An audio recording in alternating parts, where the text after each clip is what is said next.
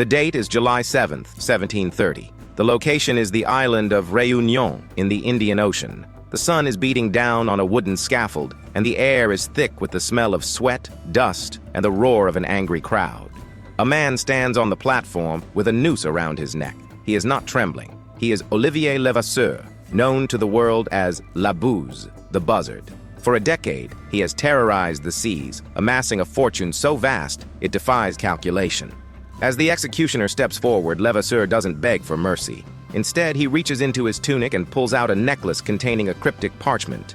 He holds it high, staring into the sea of faces below. With his final breath, he doesn't scream in fear. He screams a challenge. He shouts into the crowd, "Find my treasure, the one who may understand it." He throws the cryptogram into the mob. Chaos erupts. The trapdoor falls. And in that moment, the man died, but the great pirate era began. If that scene sounds familiar, it's because it is the opening scene of the world's most popular anime, One Piece. But this isn't fiction. This actually happened. Before there was Goldie Roger, there was Olivier Levasseur, and his treasure isn't a cartoon drawing. It is real, it is missing, and people are still hunting for it today. Welcome to the Golden Age of Piracy.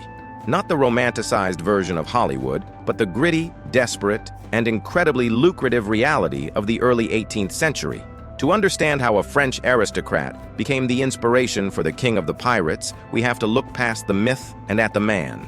Who was La Buse? How did he pull off the single greatest heist in maritime history? And is it possible that the real-world equivalent of the One Piece is currently sitting at the bottom of a cove in the Seychelles, waiting to be found? Olivier Levasseur was born around 1688 in Calais, France. Unlike many pirates who were born into poverty and forced into a life of crime by the British Navy, Levasseur was a child of privilege. He was a bourgeois, well-educated, and trained as a naval architect. He understood the math of a ship, how to make it faster, how to make it deadlier. But Levasseur was born into a chaotic time. The War of the Spanish Succession was tearing Europe apart. To bolster their navies, kings would issue letters of marque, effectively legalizing piracy as long as you were robbing the enemy. Levasseur became a privateer for the French crown. He was good at it, terrifyingly good. But when the war ended in 1714, the crown ordered the privateers to return home and give up their looting. Levasseur refused. He had tasted true freedom, and he wasn't going back to a drawing board in Calais. He turned his ship toward the Caribbean and joined the newly forming Flying Gang.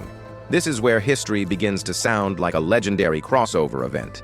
Levasseur sailed alongside the titans of the age, Samuel Bellamy, the romantic, and Benjamin Hornigold, the mentor to Blackbeard. It was here that Levasseur earned his nickname, La Buse, the buzzard. It wasn't just because he picked off the weak, it was because of his speed. He struck with a ferocity and precision that left victims wondering what had just happened. But the Caribbean was becoming crowded. The British Royal Navy was cracking down, closing in on the Pirate Republic of Nassau. Levasseur, showing the strategic mind that would define his legacy, realized the Caribbean was a dying hunting ground. He looked at a map and saw a new frontier, a place where the law was distant and the ships were heavy with the riches of the East. He set a course for the Indian Ocean. If the Caribbean was the training ground, the Indian Ocean was the major leagues. This was the route of the East India Companies, massive floating fortresses carrying silks, spices, and diamonds from India to Europe. In 1720, Levasseur shipwrecked on the Comoro Islands. His eyes were damaged, leaving him wearing an eye patch, a cliché he helped invent, but his ambition was intact. He partnered with an English pirate named John Taylor. It was an uneasy alliance. The British and the French hated each other, but they loved gold more. Together, they prowled the waters near Madagascar. But for all their small victories, they were waiting for the big one, the score that would allow them to live like kings. In April 1721, fate delivered it to them on a silver platter. They arrived at the island of Réunion, then a French outpost called Bourbon. And there, sitting in the harbor, damaged by a storm and unable to maneuver, was the Nossa Senhora do Cabo. This wasn't just a ship. It was a floating palace. The Nossa Senhora was the flagship of the Portuguese Navy. It was carrying the Bishop of Goa and the Viceroy of India back to Lisbon. Because it was undergoing repairs, its 72 cannons had been deemed dead weight and dumped overboard to keep the hull afloat. It was a lion with no teeth. Levasseur saw the opportunity. He didn't hesitate. He raised the Jolly Roger and sailed straight in.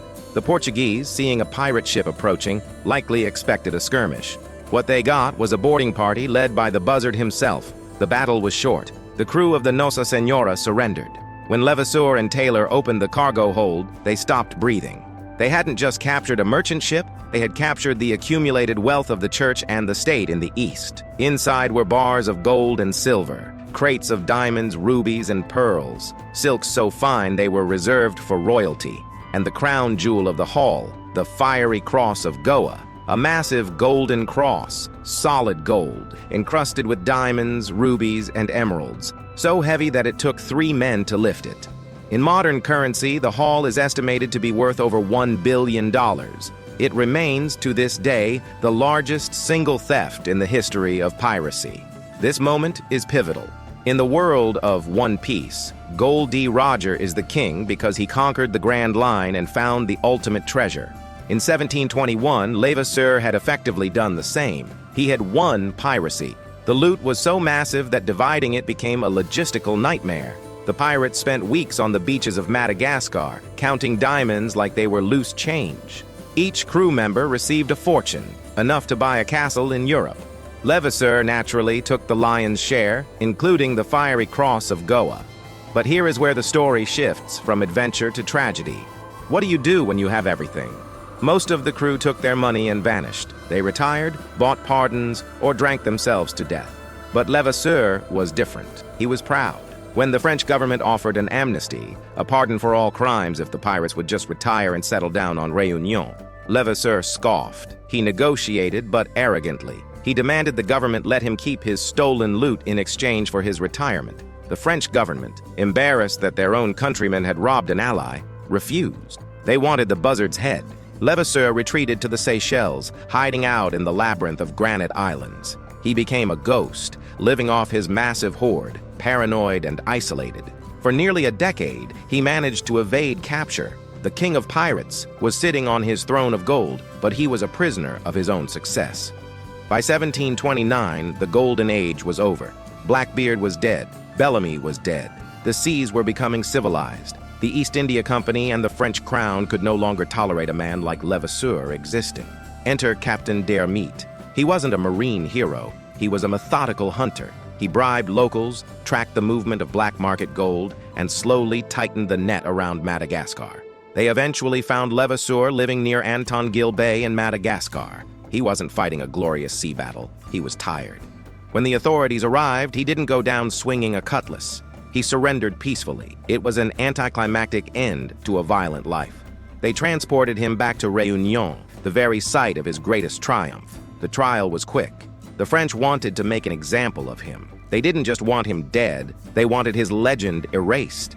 They demanded to know where the treasure was. The Nossa Senhora loot had largely vanished. Levasseur refused to speak. He maintained a stoic silence throughout the trial, right up until the moment he was marched to the gallows, which brings us back to that scaffold in 1730. This is the moment where Eichiro Oda, the creator of One Piece, looked at history and found his muse. In the anime, Gol D. Roger smiles as he is about to be executed. He tells the world, "My treasure, if you want it, you can have it. Search for it." I left everything I gathered together in one place. Levasseur's reality was slightly more complex, but equally theatrical. He knew he was dying. He knew the French government wanted his gold, and he decided in his final moments to play one last game. He pulled out the necklace, the cryptogram. It was a piece of parchment with 17 lines of strange symbols, a pigpen cipher mixed with Masonic code and Templar symbology. His shout, "Find my treasure, the one who may understand it," was a curse and a gift. He threw the paper into the crowd. It wasn't a vague promise. It was a map. The crowd surged forward. The French soldiers tried to retrieve it, but it was too late. The code had been released into the wild. Levasseur was hanged, but the buzzard had the last laugh. He had turned his death into a treasure hunt that would outlive the empire that killed him. So, what happened to the treasure? Unlike the One Piece, which remains a mystery in fiction, we have tangible evidence of Levasseur's hoard. Over the centuries, cryptic carvings have been found on rocks in the Seychelles, symbols of dogs, snakes, and tortoises that match the cipher Levasseur threw. In 1923, a widow named Rose Savy found carvings on the rocks of Bel Ombre Beach in the Seychelles. She showed them to a librarian who realized they matched the accounts of Levasseur's code. Excavations began. They found pistols. They found skeletons with gold earrings. They found coins. But they never found the main hoard. They never found the fiery cross of Goa. To this day, treasure hunters, armed with ground-penetrating radar and heavy machinery, scour the Seychelles. A man named Reginald Cruz Wilkins spent his entire life hunting for it, convinced the treasure is buried in an underwater cavern protected by intricate water traps, a defense mechanism worthy of an adventure novel. His son continues the search today. This is the power of narrative. Olivier Levasseur was a criminal. He was a thief and a killer. But by ending his life with a mystery, he transformed himself into a legend. When we watch Luffy sail the Grand Line or see Roger start the Great Pirate Era, we are watching the echoes of a French aristocrat who decided that if he had to die, he was going to make sure the world never forgot his name. Levasseur understood something fundamental about human nature. We don't care about the money as much as we care about the chase. He gave the world a puzzle that has remained unsolved for 300 years. The Golden Age of Piracy ended on that scaffold in 1730. The seas became safe for commerce, empires expanded, and the wild freedom of the buccaneers faded into memory. But somewhere, likely deep beneath the sands of the Seychelles, the cross of Goa is still waiting. The One Piece is real, and just like in the story, it's waiting for someone with the will and the luck to find it. The question is, can you decipher the code?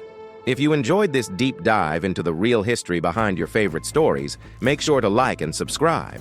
We have countless forgotten chapters of history to explore, from the samurai who defied empires to the real-life wars that inspired Game of Thrones. Let me know in the comments. If you found Levasseur's cryptogram, would you tell the world or keep the treasure for yourself? Until next time.